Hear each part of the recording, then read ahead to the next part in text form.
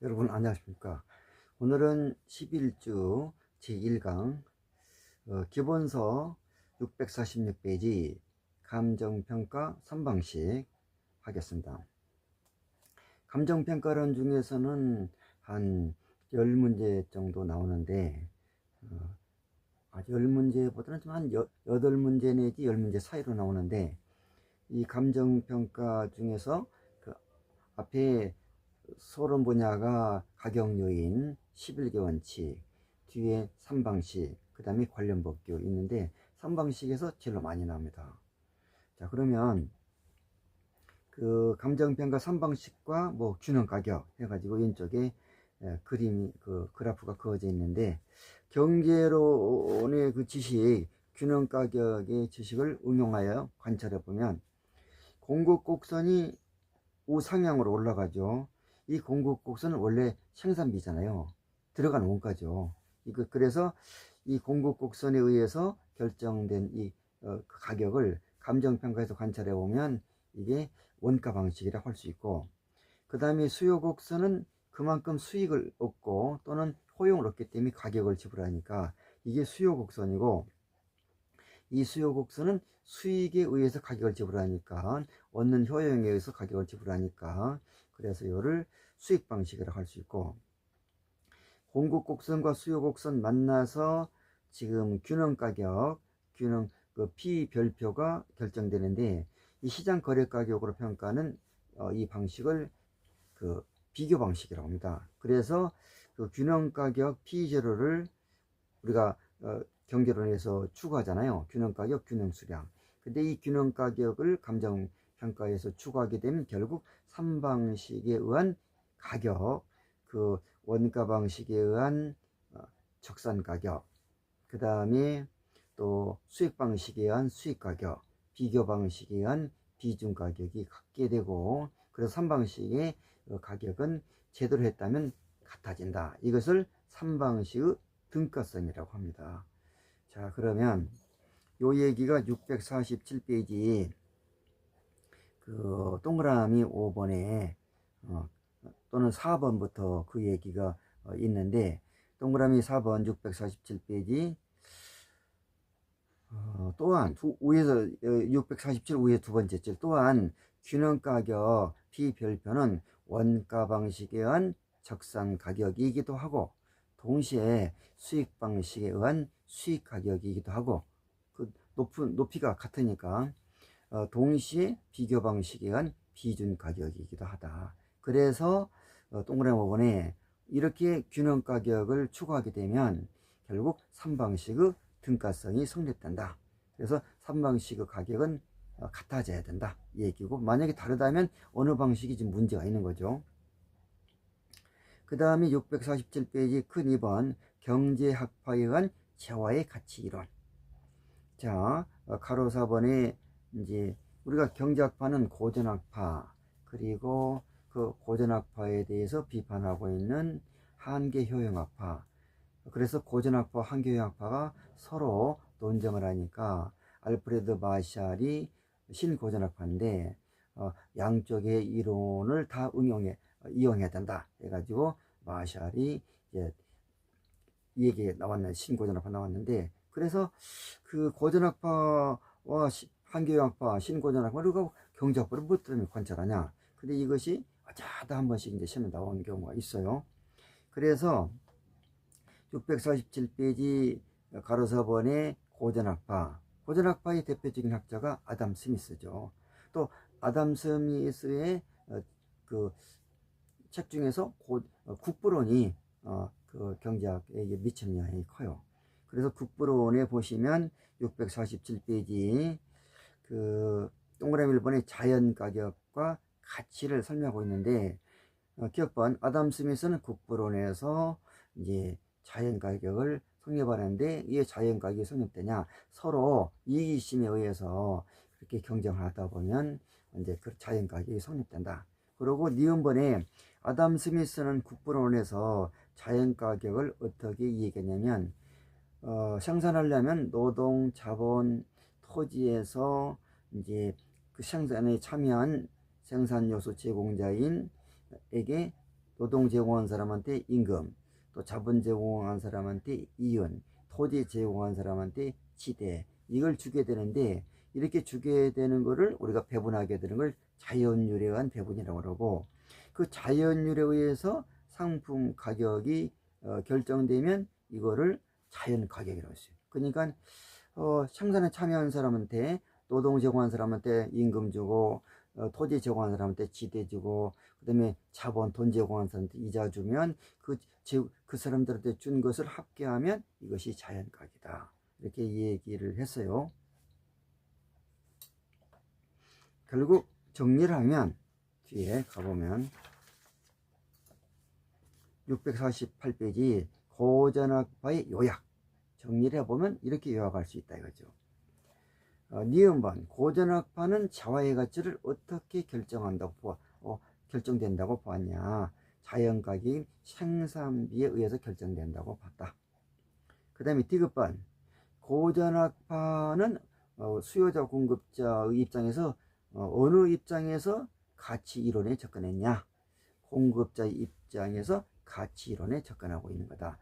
우리가 생산자가 공급자고 생산비에 의한 것이 바로 공급자 입장에서 가치를 그만큼 받겠다, 생산비를 그만큼 받겠다 했으니까. 그 다음에 미음번, 고전학파의 가치론은 감정평가 3방식 입장과 연결시켜 본다면 이건 원가 방식의 이론적 근거가 된다. 고전학파 아담 스미스가 감정평가에 대해서 언급한 적도 없고, 그러지만은 현재 입장에서 감정평가 이론과 관련하여 연결을 시켜보면 감정평가의 원가 방식의 이론적 근거가 된다. 요 니은 디귿 그 다음에 리얼, 요 부분이 주로 시험에 나오니까 알아두고, 그 다음에 그 밑에 가로 5번에 한교형학파가 있는데, 한교형학파는 칼맹거, 와르라스, 제본스, 이런 오스트리 학파들이 재화의 가치는 만든 사람의 그 가치를 느끼는 게 아니고 사용자, 소비자가 느끼는 거다. 아니, 공급자가 생산비가 그렇게 들어갔다는 얘기지, 물건이, 생산물이 그만큼 가치를 제공했다고 볼 수는 없다. 사용자가 그 가치를 느끼는 것이지. 그래서 이제 한계형이란 이 얘기를 했는데, 자화의 가치는 그 자화를 써본 사람이 자화 한 개마다 느끼는 효용에 의해서 자화 가치가 결정이 된다. 이 이론을 한계 효용학파에 의한 자화 가치 이론이라고 그래요. 자, 그러면 이제 동그라미 3번 649페이지는 오스트리 학파 이 얘기를 하고 있고, 그 다음에 밑으로 내려와서 동그라미 5번엔 요약이 있어요. 한계형학파는 결국 어떻게 요약할 수 있냐. 자, 기억번, 한계형학파는 자화의 가치는 한계형이 결정된다, 생산비가 아니고. 이렇게 이 얘기였고, 니은 이 한교효용은 누가 느끼는 거냐. 자화를 쓰는 사람, 수요자가 느끼는 거다. 그래서 수요자 입장에서 자화 가치 이론에 접근하고 있다. 그 다음에 미음번, 감정평가와 관련시켜서 본다면, 미음번, 한교형학파는 가치 이론은 평가 3방식과 관련시켜 본다면 결국 수요자, 소비자가 수익을 느끼고 효용을 느껴서 자화 가격을 체불하기 때문에 수익 방식의 이론적 근거가 되고 있다. 이렇게 이 부분만 시험에 나오고, 신고전학파는 이제 네오 클래시컬, 그러면 스쿨 학파, 그러면 네오 클래시컬, 클래시컬이 고전학파고, 그 다음에 네오는 신이고, 그래서 네오 클래시컬 스쿨은 신고전학파, 신고전학파를 대표하는 자가 알프레드 마샬입니다. 그래서 이 마샬이 얘기한 것이 신고전학파고, 동그라미 3번에 보시면 지금 고전학파인 아담 스미스 이후, 그 다음에 한교형학파인 칼맹거, 와르라스, 제본스, 이 사람들이 얘기한 한계형 학파들이 각자 자화 가치는 뭐 한계형이다, 아니야 고전학파는 생산비다, 이렇게 논쟁을 하니까 알프레드 마샬 신고전학파 학자가 아니다, 양쪽을 다 고려해야 된다 해서 이제 알프레드 마샬이 어떤 얘기를 했냐면, 649페이지 동그라미 3번에 알프레드 마샬은 수요와 공급은 종이를 빌 때 가히 윗날과 아랫날과 같아서, 즉 효용에 의해서 결정되는 것도 아니고 상삼에 결정되는 것도 아니고, 가위가 종이를 베려면 윗날과 아랫날이 만나야 되잖아요. 그래서 그게 협력해야 되잖아요. 그래서 두 이론이 같이 적용돼야 된다, 그렇게 얘기를 했고, 근데 동그라미 4번, 그 마샬은 어떻게 이걸 조정한다고 했냐, 시간에 의해서 조정한다고 해서 시간. 그래서 단기와 장기라는 시간을 활용해서 양학파가 조정돼야 된다. 뒤에 넘어가시면 그 얘기가 나오는데,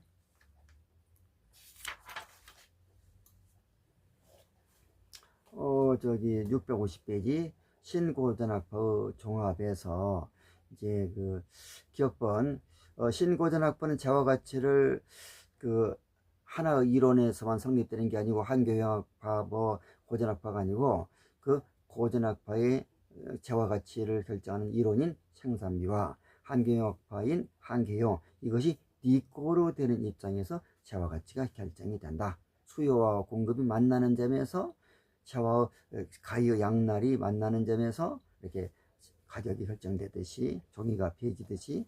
그래서 그 니은번 신고전학파의 이론은 그 공급자 측면의 그 측면과 수요자 측면의 양자의 결합에 의해서 결정이 된다.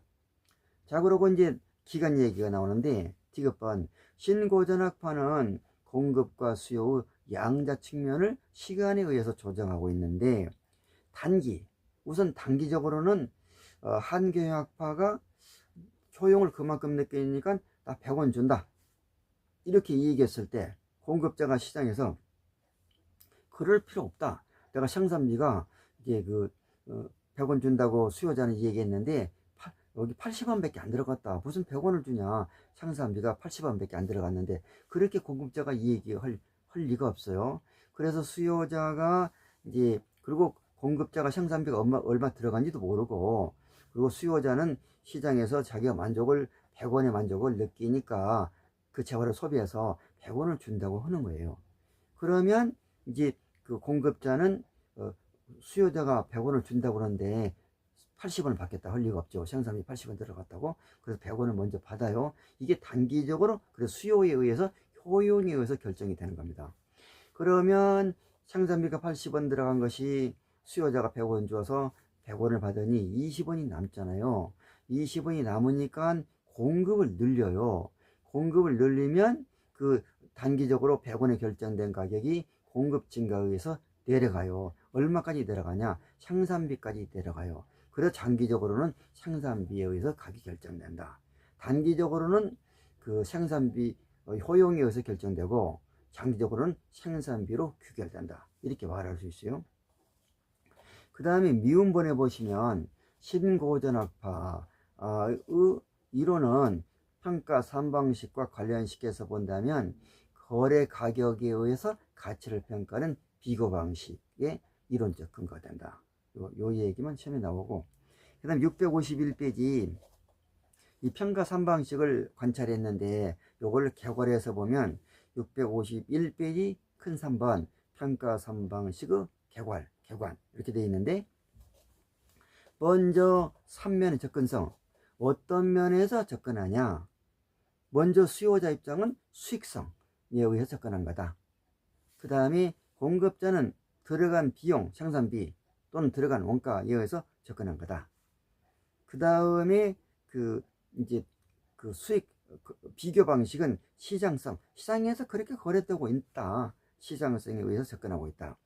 그래서 3방식은 이제 어떻게 계산할 것이냐, 가격을 계산 원리인데, 수익에 의해서 계산한다, 들어간 원가에서 계산한다, 시장 거래 가격으로 계산한다 해가지고 3방식이 수익 방식, 원가 방식, 비교 방식이 있고, 수익 방식은 수익성에 의해서 가치에 접근하고 있고 계산하고 있고, 원가 방식은 들어간 비용에 의해서 가치를 계산하고 있고, 비교 방식은 시장 거래 가격, 시장성에 의해서 그 가치를 계산, 시장에서 그렇게 거두고 있으니까 그 가격으로 계산한다, 그 비교 방식. 그 다음에 6방법이 있는데, 그 3방식에서 각자 2개씩 있는데, 수익 방식에서 가격을 내는 방법을 수익 환원법이라고 그러고, 우리는 경제 가치를 측정한다고 할 때 그 경제 가치가 교환의 가치인 가격과 용익의 가치인 임료라고 있잖아요. 그래서 수익 방식에 의해서 가격을 계산한 수익 환원법, 임료를 계산한 수익 분석법, 그 다음에 원가 방식에서 가격을 계산하는 방법을 원가법, 그 다음에 임료를 계산하는 방법을 적산법, 또 비교 방식에서 가격을 계산한 것을 거래 사례 비교법, 임료를 계산한 것을 임대 사례 비교법. 그래서 6방법에는 각 방식마다 2개씩 있어서 6개 방법이 있고, 가격의 성격을 본다면 수익 방식은 수요자가 그만큼 주겠다고 그랬으니까 수요 가격의 성격을 띠고 있고, 그 다음에 비용성에 의한 원가 방식은 내가 그만큼 생산비가 들어갔으니까 받겠다 했으니까 공급 가격의 성격을 띠고 있고, 그 다음에 비교 방식은 시장에서 그렇게 거래되고 있으니까 나 그만큼 받겠다고 하고 있으니까 균형 가격의 성격을 띠고 있다. 수요 가격과 공급 가격이 일치된 가격으로 거래되니 그러한 비교 방식은 균형 가격으로 가치에 접근하고 있다. 이렇게 볼 수 있어요. 그래서 652페이지 제일 먼저 배울 것이 비교 방식 중에 가격을 구하는 방법인 거래 사례 비교법이 나옵니다. 그러면 이 방법은 20분마다 끊기기 때문에 동영상이 조금 잠깐 쉬었다 하겠습니다. 여러분 수고 많이 했습니다.